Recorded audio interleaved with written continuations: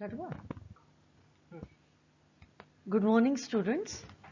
Today we are going to take up part A of chapter 1, that is History of Commerce in India. We believe after your induction and orientation class for commerce, you are ready for your BST session. Here we are going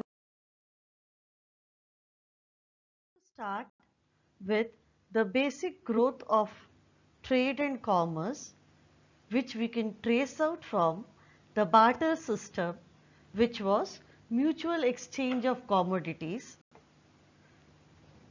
This system portrayed certain problems like right matching of the utility for exchange of the commodities, which led to evolution of coins.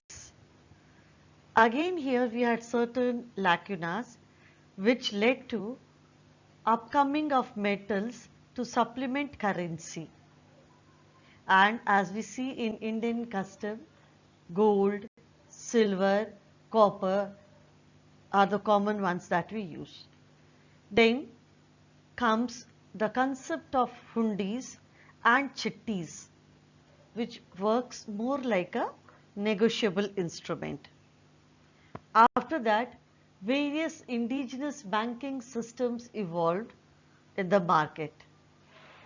With these, the rise of intermediaries also started taking places, and the more we were on the trade and commerce, the transportation system also started developing on all the fronts.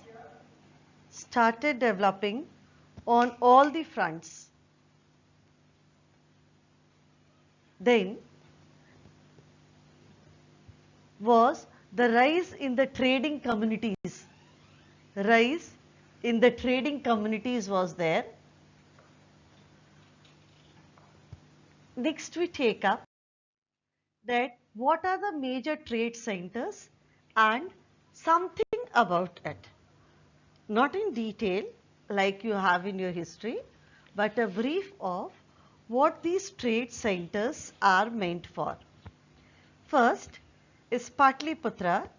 It is the present Patna, and it was not only the commercial town, but also it was a major center for export of stones.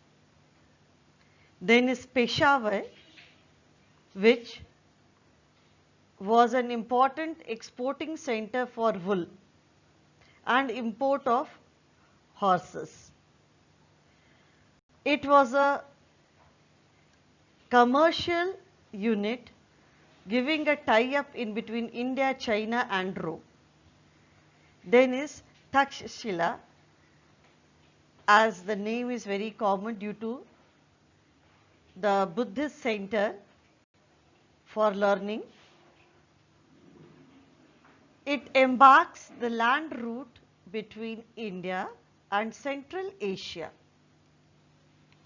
Then next is Takshashila. Takshila we are over. Then is Indrapast. It's a commercial junction on the Royal Road where east, west, north and south they converged. That is the importance of it, and that is why we say it's a commercial junction.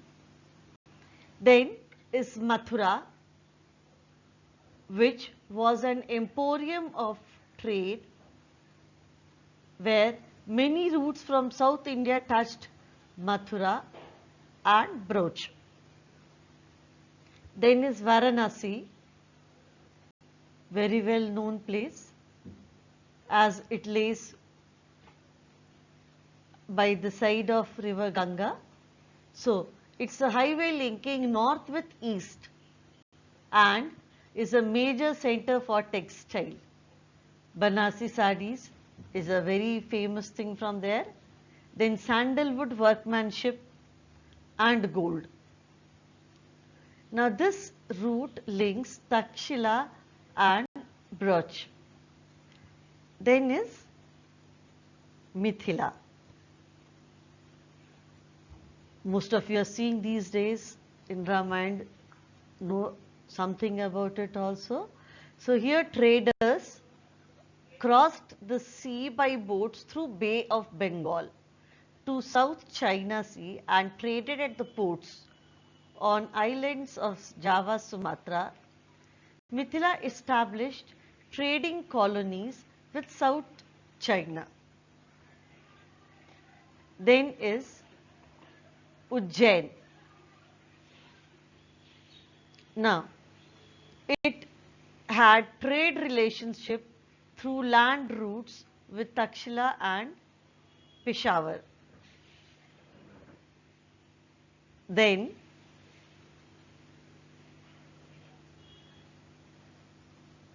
is your Surat.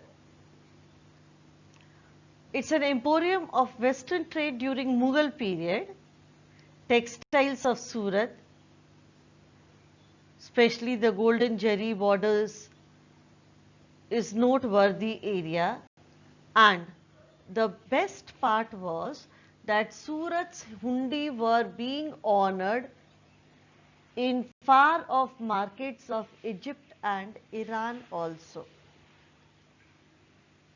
Then is Kanchi, today also known as Kanchipuram. It was here that the Chinese used to come in foreign ships to purchase pearls, glass and rare stones, and in return they sold golds and silk. Then is Madura. It was the capital of Pandyas, who controlled the pearl fisheries of the Gulf of Mannar. It attracted foreign merchants, particularly Romans.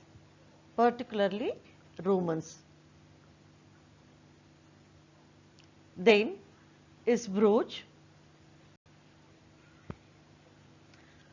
It's the greatest seat of commerce in Western India, situated on the bank of river Narmada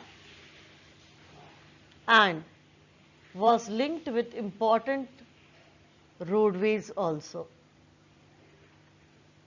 Then is Kaveri Patta, which is also known as Kaveri Patnam. It's a scientific place for construction, providing loading and unloading and strong facilities of merchandise. Foreign traders had their headquarters in this city. That itself shows the importance of this city. It was convenient place for trading with Malaysia, Indonesia, China and other Far East areas.